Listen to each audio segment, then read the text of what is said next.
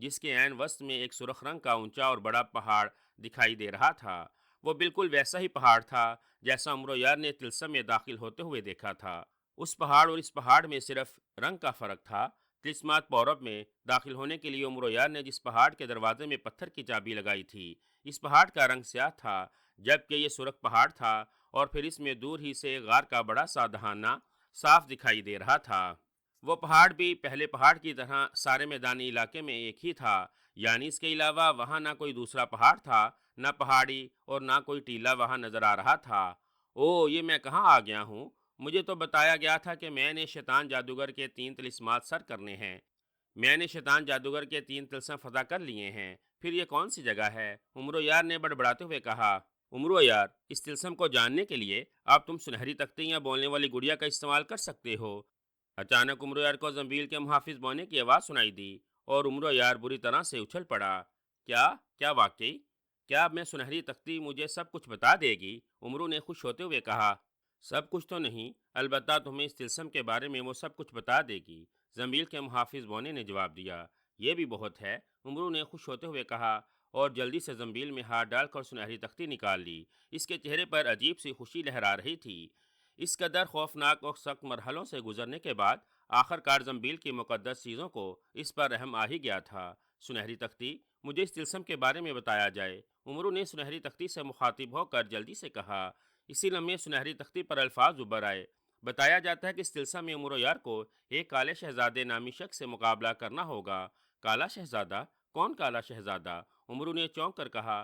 سنہری تختی پر پہلے سے موجود لفظ مٹے اور پھر دوسرے الفاظ ابھر آئے۔ کالا شہزادہ تمہاری طرح ناک خزانے کے لیے آیا ہے، سنہری تختی نے بتایا، اور یہ الفاظ پڑھ کر عمر و یار بری طرح سے اچھل پڑا۔ ناک خزانے کے لیے؟ کیا مطلب؟ کون ہے وہ؟ سنہری تختی، مجھے کالے شہزادے کے بارے میں ساری تفصیل بتائی جائے، عمر و یار نے پریشان ہوتے ہوئے کہا۔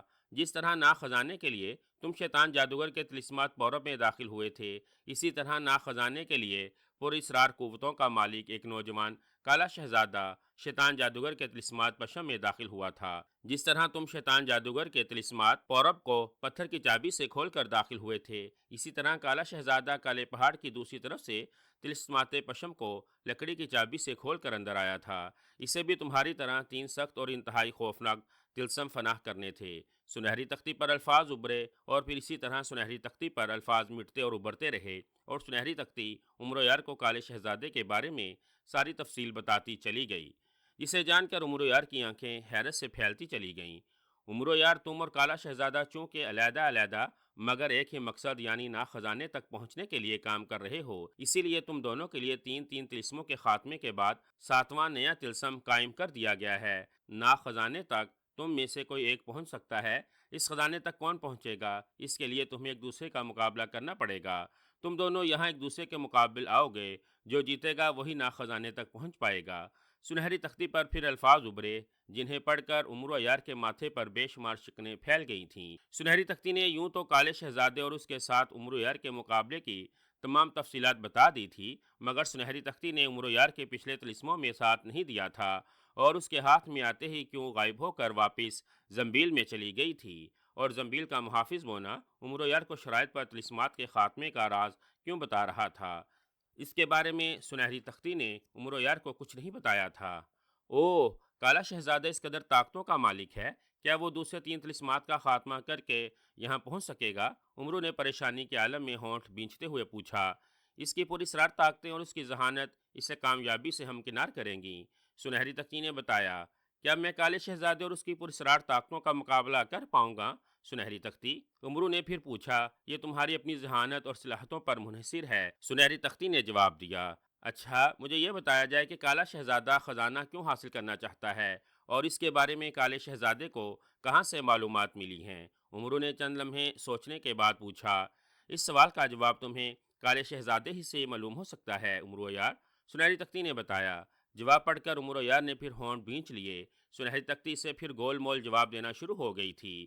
عمرو نے سنہری تختی سے پچھلے طلسمات میں ساتھ نہ دینے کی وجہ، زنبیل کے محافظ بونے کے پراسرار رویے اور اپنی ان غلطیوں کے بارے میں بھی ان سے پوچھا، مگر سنہری تختی نے اسے ان سوالوں کا کوئی جواب نہ دیا۔ سنہری تختی، مجھے یہ تو بتا دیا جائے کہ کالا شہزادہ میرے بارے میں کیا جانتا ہے، کیا اسے میری کراماتی چیزوں کا علم ہے؟ امرو نے کہا، امرو یار کو بتایا جاتا ہے کہ کالا شہزادہ امرو یار اس کی کراماتی چیزوں کے بارے میں بہت کچھ جانتا ہے، اس لیے اس کا مقابلہ بہت ہوشیاری اور عقلمندی سے امرو یار کو کرنا ہوگا۔ امرو یار کو کالا شہزادہ ہر صورت میں ناگ خزانے تک پہنچنے سے روکے گا اور اپنی بھرپور صلاحیتیں استعمال کرے گا۔ سنہری تختی نے کہا، سنہری تختی، کیا مجھے اس بارے میں بتایا جا سکتا ہے کہ ہم دونوں میں سے جیت کس کی ہوگی؟ امرو نے ہونٹ چباتے ہوئے پوچھا۔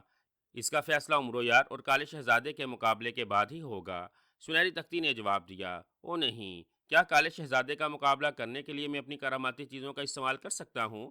امرو نے سر جھٹک کر کہا، کالے شہزادے کے مقابلے اور اس سے جنگ کے لیے امرو یار پر کوئی پابندی نہیں ہے۔ امرو یار جیسے چاہے کالے شہزادے کو زیر کرنے کی کوشش کر سکتا ہے، سنہری تختی نے جواب دیا تو امرو یار کے چہرے پر قدرے سکون آ گیا۔ اس نے سوچا، چلو کالے شہزادے کے مقابلے میں اسے اپنی زنبیل اور زنبیل میں موجود کراماتی چیزوں کے استعمال کی اجازت تو مل گئی، وہ ان چیزوں سے اور پھر اپنی عیاری سے کالے شہزادے کو آسانی سے زیر کر لے گا۔ کالے شہزادے کے پاس لاکھ پراسرار طاقتیں سہیں، مگر وہ امرو یار کی ذہانت اور اس کی عیاری کا کسی طور مقابلہ نہیں کر سکے گا، اور نہ ہی وہ کسی طرح امرو یار کو شکست دینے میں کامیاب ہو سکتا ہے۔ امرو یار جو اب تک لاکھوں نامی گرامی اور طاقتور سے طاقتور جادوگر، جادوگرنی اور جنودیوں کو ہلاک کر چکا تھا، اس کے مقابلے میں بھلا پراسرار طاقتوں کے مالک کالے شہزادے کی کیا حیثیت تھی؟ وہ کالے شہزادے جیسے ہزاروں پراسرار طاقتوں کے مالک شہزادوں کو چند لمحوں میں زیر کرنے کی صلاحیت رکھتا تھا، اور اس کالے شہزادے کو تو وہ نہایت آسانی سے زیر کر سکتا تھا، کیونکہ وہ امرو یار کے بارے میں سب کچھ جان کر بھی کچھ نہیں جانتا تھا۔ امرو یار سوچتا چلا گیا۔ اچھا سنہری تختی، اب مجھے ایک آخری سوال کا جواب دو۔ وہ سوال یہ کہ کالے شہزادے کے ساتھ جنگ کرنے کی کیا شرائط ہوگی؟ کیا میں اسے جیسے چاہوں جب چاہوں ہلاک کر سکتا ہوں؟ امرو یار نے کچھ سوچ کر سنہری تختی سے پوچھا۔ کالے شہزادے اور امرو یار کی جنگ ایک دوسرے کو ہلاک کرنے کے لیے نہیں ہوگی، کالے شہزادے اور امرو یار کو صرف ایک دوسرے کو زیر کرنا ہوگا، اس لیے امرو یار کو کالے شہزادے سے مقابلہ کرنا ہوگا۔ یہ مقابلہ کالا شہزادہ اور امرو یار خود طے کریں گے۔ کالا شہزادہ بھی چونکہ ظالم اور ظلم کے خلاف کام کرتا ہے، اس لیے امرو یار کسی طرح اس کو ہلاک نہیں کر سکتا، اور نہ کالا شہزادہ امرو یار کو اس حد تک نقصان پہنچا سکتا ہے کہ امرو یار ہلاک ہو جائے۔ امرو یار اور کالے شہزادے کی یہ جنگ صرف ناگ خزانے کے لیے ہوگی، اس کے بعد دونوں راہیں الگ الگ ہو جائیں گی، سنہری تختی نے بتایا، اور امرو یار گہری سوچ میں ڈوب گیا۔ امرو یار کو کالے شہزادے پر شدید غصہ آ رہا تھا، جو اس کی طرح ناگ خزانے کے حصول کے لیے یہاں آیا تھا۔ اس خزانے تک پہنچنے کے لیے امرو یار کو کن کن مشکلات کا سامنا کرنا پڑا تھا، کس قدر طویل اور جان لیوا طلسمات سے گزرنا پڑا تھا، اور پھر ایک طلسم میں امرو یار زنبیل کے محافظ بونے سے وعدہ کر چکا تھا کہ وہ زنبیل میں سے پہلے موجود خزانے کا آدھا حصہ غریبوں اور مسکینوں میں بانٹ دے گا۔ یہ دل ہلا دینے والا وعدہ امرو یار نے اس لیے کیا تھا کہ چلو اس کے پاس پہلے سے موجود آدھا خزانہ غریبوں میں بانٹنے میں سے کیا ہوگا، وہ دنیا کا عظیم ترین ناگ خزانہ حاصل کرنے جا رہا ہے۔